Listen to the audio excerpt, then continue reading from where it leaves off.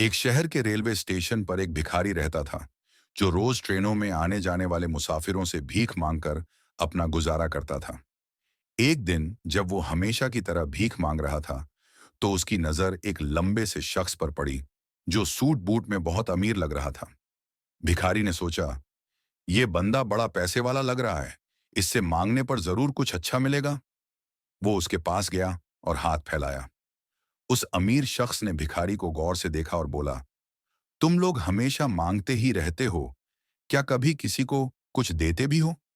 भिखारी ने सर झुकाकर कहा, साहब मैं तो एक भिखारी हूं, मेरी औकात ही क्या है, मेरे पास देने को कुछ नहीं है। उस शख्स ने कहा, जब देने को कुछ नहीं है तो मांगने का भी कोई हक्क नहीं बनता।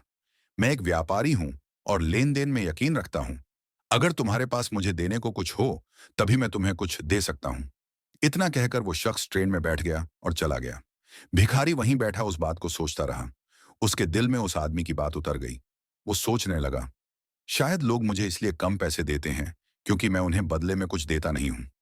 लेकिन मैं तो खुद भिखारी हूं, दे भी क्या सकता हूं। 2 दिन तक वो यही सोचता रहा, लेकिन कोई जवाब नहीं मिला।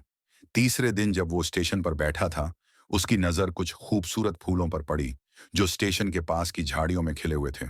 अचानक उसके दिमाग में ख्याल आया, क्यों ना मैं जो भी मुझे भीख दे उसे बदले में एक फूल दे दिया करूं।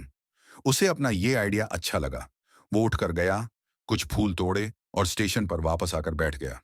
अब जब कोई उसे भीख देता, वो उन्हें एक प्यारा सा फूल दे देता। लोग ये देखकर खुश होते और मुस्कुराते हुए वो फूल अपने पास रख लेते। अब भिखारी रोज फूल तोड़कर लाता और भीख के बदले फूल बांटता। कुछ ही दिनों में उसने नोटिस किया कि लोग पहले से ज्यादा भीख देने लगे हैं। जितने ज्यादा फूल उसके पास होते, उतने ही ज्यादा लोग उसे पैसे देते। और जब फूल खत्म हो जाते तो पैसे मिलना भी कम हो जाता। एक दिन वही लंबा अमीर आदमी फिर से उसी ट्रेन में बैठा नजर आया। भिखारी उसे देखकर जल्दी से उसके पास गया और बोला, साहब, आज मेरे पास आपको देने के लिए फूल हैं। अगर आप मुझे भीख देंगे तो मैं बदले में आपको ये फूल दूंगा। उस शख्स ने हंसते हुए उसे कुछ पैसे दिए और भिखारी ने उसे फूल दे दिए।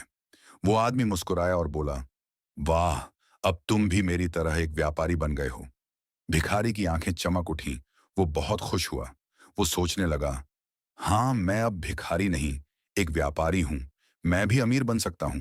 फिर उसने आकाश की तरफ देखा और जोर से चिल्लाया, मैं भिखारी नहीं हूं, मैं एक व्यापारी हूं। वहां खड़े लोग उसे देखकर सोचने लगे कि शायद ये पागल हो गया है। लेकिन अगले दिन से वो भिखारी स्टेशन पर कभी नजर नहीं आया। 6 महीने बाद उसी स्टेशन पर 2 आदमी सूट बूट में खड़े थे। उनमें से एक ने दूसरे को देखा और मुस्कुराते हुए कहा, क्या आपने मुझे पहचाना? दूसरा बोला, नहीं, शायद हम पहली बार मिल रहे हैं। पहला आदमी बोला, नहीं, हम तीसरी बार मिल रहे हैं।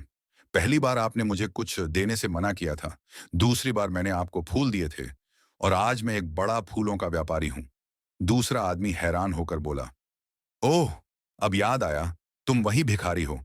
पहला आदमी बोला, हाँ, लेकिन अब मैं फूलों का बिजनेस करता हूं। आपने मुझे पहली बार बताया था कि जिंदगी में कुछ पाना है तो कुछ देना पड़ता है, और दूसरी बार आपने मुझे पहचान दी, ये एहसास दिलाया कि मैं सिर्फ भिखारी नहीं, एक व्यापारी हूं। पहले मैं खुद को छोटा समझता था, इसलिए लोग भी मुझे छोटा समझते थे। लेकिन जब मैंने देना शुरू किया तो मुझे वापस भी मिलने लगा।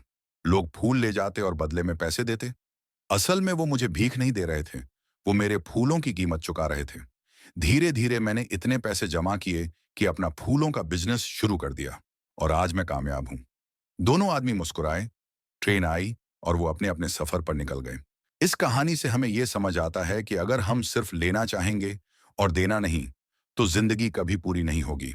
जब हम किसी को कुछ देते हैं, चाहे वो मुस्कान हो, फूल हो या प्यार, तो बदले में हमें उससे कहीं ज्यादा मिल सकता है। सोच को बदलो, नजरिया बदलो, और फिर देखो जिंदगी कैसे बदलती है। अगर हम खुद को छोटा समझते रहेंगे तो हम कभी बड़ा नहीं बन पाएंगे। लेकिन अगर हम खुद पर भरोसा करें और दूसरों को कुछ देना शुरू करें, तो हम भी सफलता की ऊंचाइयों तक पहुंच सकते हैं।